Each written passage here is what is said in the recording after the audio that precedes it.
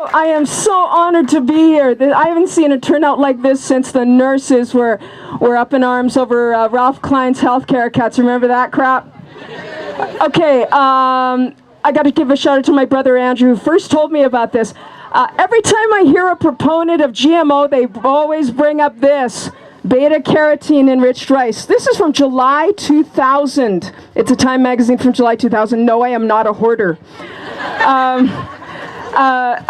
It's on the cover. It says, "This rice could save 1 million kids a year."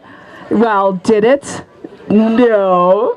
The politics of food distribution messed with that. So that aside, let me do a couple of myth-busting things on GMO. I got these myths and facts from Dr. Brent McKenzie and his team of UK scientists. England and France have done a lot of good to fighting Monsanto and genetically modified organisms.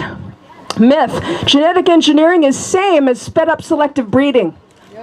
No. Fact: they are worlds apart. Selective breeding involves crossing the same or closely related species.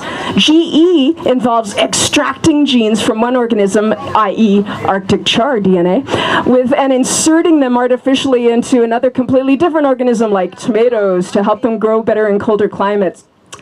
Myth: genetic engineering is precise. No. Fact: the function of only a small portion of DNA in a higher organism is known.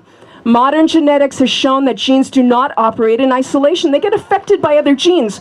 Richard Lewontin, he's a professor of genetics at Harvard, said, "We have such a miserably poor understanding of how the organism develops from its DNA that I would be surprised if we don't get one rude shock after another." Okay, and obviously that is happening often behind closed doors. Fact. Myth. No, first the myth. GE food is extensively tested and perfectly safe. My ribs. Fact. There are serious doubts about the adequacy of GE testing and about the validity of the conclusions drawn from the results. Remember thalidomide. Yeah, exactly. Myth. GE food has improved nutritional value. You guys are the smartest people I know. No GE food produced to date has shown to be more nutritious. Myth: one can always choose not to eat GMO.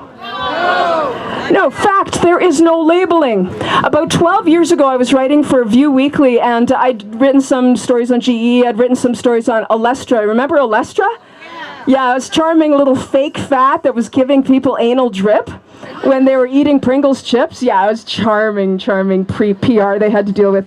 Well, I did a cover story on aspartame, which is another lovely product of Monsanto's.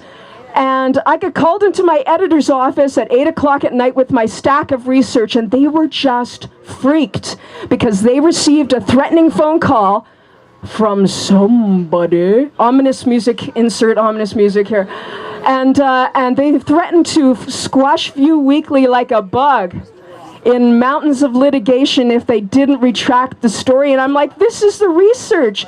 This is well before contains no aspartame was actually a selling point, okay?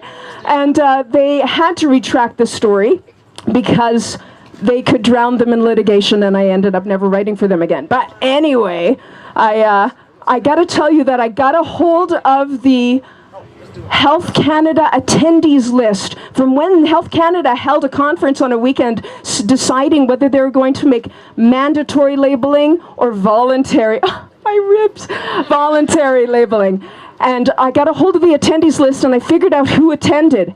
8% of them were feds, 3% of them were NGOs, which were specifically representing us, 89% was industry.